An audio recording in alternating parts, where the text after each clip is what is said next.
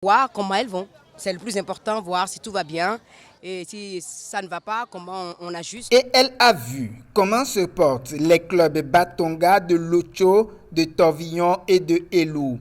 Angélique Kidjo est confiante et a espoir que le meilleur reste à venir pour les filles dans les différents clubs de sa fondation. Il y a eu énormément de progrès, mais il y a toujours encore beaucoup de travail à faire.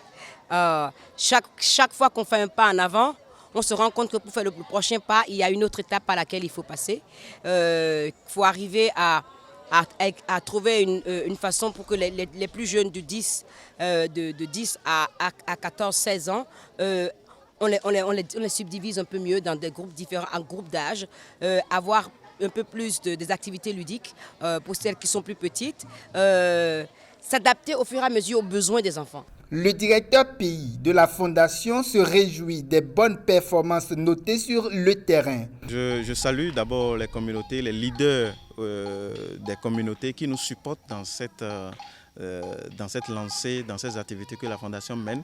Parce que sans ces leaders, il serait difficile d'atteindre les objectifs. Je remercie également les filles qui mettent de l'entrain quand même à travers la participation au sein des clubs pour qu'elles puissent acquérir les connaissances que la Fondation Batonga essaie de leur inculquer. Très émue par ce qu'elle a pu toucher dans les différentes localités, la directrice exécutive de Batonga promet que sa fondation se battra à faire encore mieux. Le défi, je crois, ça va être de faire encore plus, de servir encore plus de filles, d'aller en profondeur dans les programmes, de s'assurer que les petits business qui ont été lancés peuvent survivre et peuvent croître et agrandir. Ça va être les défis du futur. La fondation Batonga compte au Bénin plus de 4000 filles qui constituent les clubs qu'elle appuie.